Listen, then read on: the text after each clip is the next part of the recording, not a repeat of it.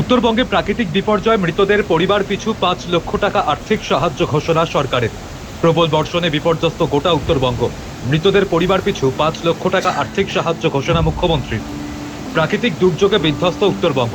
পরিস্থিতি খতিয়ে দেখতে সোমবার উত্তরবঙ্গে পৌঁছান মুখ্যমন্ত্রী মমতা বন্দ্যোপাধ্যায়।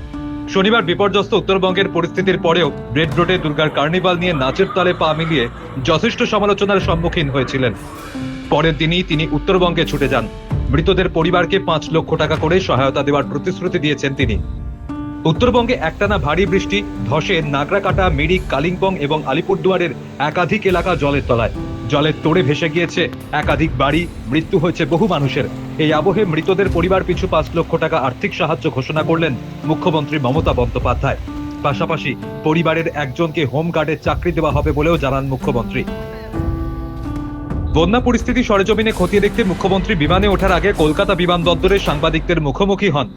উত্তরবঙ্গের পরিস্থিতিতে উদ্বেগ প্রকাশ করেন তিনি বলেন, এই বিপর্যয়ে 23 জনের মৃত্যু হয়েছে। তাদের মধ্যে 18 জন দার্জিলিং, মিরিক এবং কালিম্পং জেলায় এবং 5 জন নাগরাকাটার বাসিন্দা। প্রত্যেকের পরিবারকে 5 লক্ষ টাকা করে ক্ষতিপূরণ দেওয়া হবে। পাশাপাশি পরিবারের একজনকে হোমগার্ডের চাকরি দেওয়া হবে। জীবনে বিকল্প কিছু হয় না, কিন্তু অন্তত পরিবারগুলির পাশে থাকার চেষ্টা মাত্র। যারা মারা গিয়েছেন 23 জন, 18 জন দার্জিলিং, মিরিক, কালিম্পং। মিরিকে সবচেয়ে বেশি ক্ষতি হয়েছে এবং নাগরাকাটায় 5 জন মারা গেছে। এই 23 জনের রিপোর্ট আমাদের কাছে এখনো পর্যন্ত আছে। তাদের প্রত্যেক পরিবারকে আমরা 5 লাখ টাকা করে, যদিও আমি জানি জীবনের বিকল্প কখনো টাকা হয় না, কিন্তু যে চলে যায় তার পরিবার তো রয়ে যায়। পরিবারগুলোর পাশে দাঁড়ানোর জন্য এটা আমাদের সামান্য সামাজিক কর্তব্য। 5 লক্ষ টাকা করে কম্পেনসেশন দেওয়া হবে এবং প্রতি পরিবারের একজনকে স্পেশাল হোমগার্ডের চাকরিও দেওয়া হবে। এদিন প্রশাসনিক তৎপরতা, সিকিমের জলবিদ্যুৎ প্রকল্প এবং কেন্দ্রের ভূমিকা নিয়ে একের পর এক মন্তব্য করেন মুখ্যমন্ত্রী। গত পরশুদিন থেকেই মুখ্য সচিব, ডিজিপি ও তিনি নিজে পরিস্থিতি পর্যবেক্ষণ করেছেন। উত্তরবঙ্গে 12 ঘন্টায় প্রায় 300 মিলিমিটার বৃষ্টি হয়েছে। সেই সঙ্গে সিকিম, ভুটান থেকে নেমে আসা জল মিলে সম্পূর্ণ এলাকা প্লাবিত হয়েছে। ডিভিসি ও কেন্দ্রের ভূমিকারও তীব্র সমালোচনা করেন মমতা। ডিভিসি ইচ্ছেমতো জল ছাড়ছে, ঝাড়খণ্ডকে বাঁচিয়ে রাজ্যের দিকে সমস্ত জল ছেড়ে দিচ্ছে। মাইথন পাঞ্চেত ড্যাম থেকে পলি তোলার প্রস্তাব দিয়েছেন তিনি।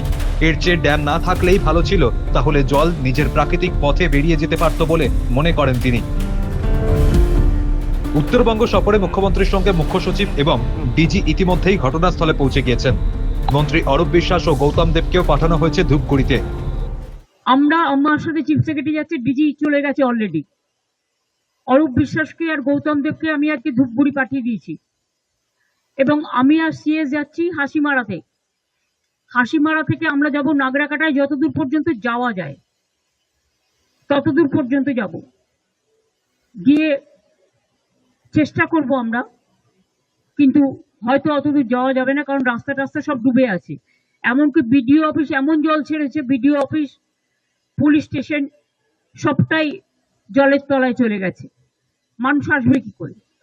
তা সত্ত্বেও আমরা চেষ্টা করবো চা বাগান পর্যন্ত নাগরাকাটায় যাওয়ার, যেখান পর্যন্ত যাওয়া যায় সেখানে গিয়ে যদি পরিবারগুলো কেউ থাকে তাদের মিট করার চেষ্টা করব।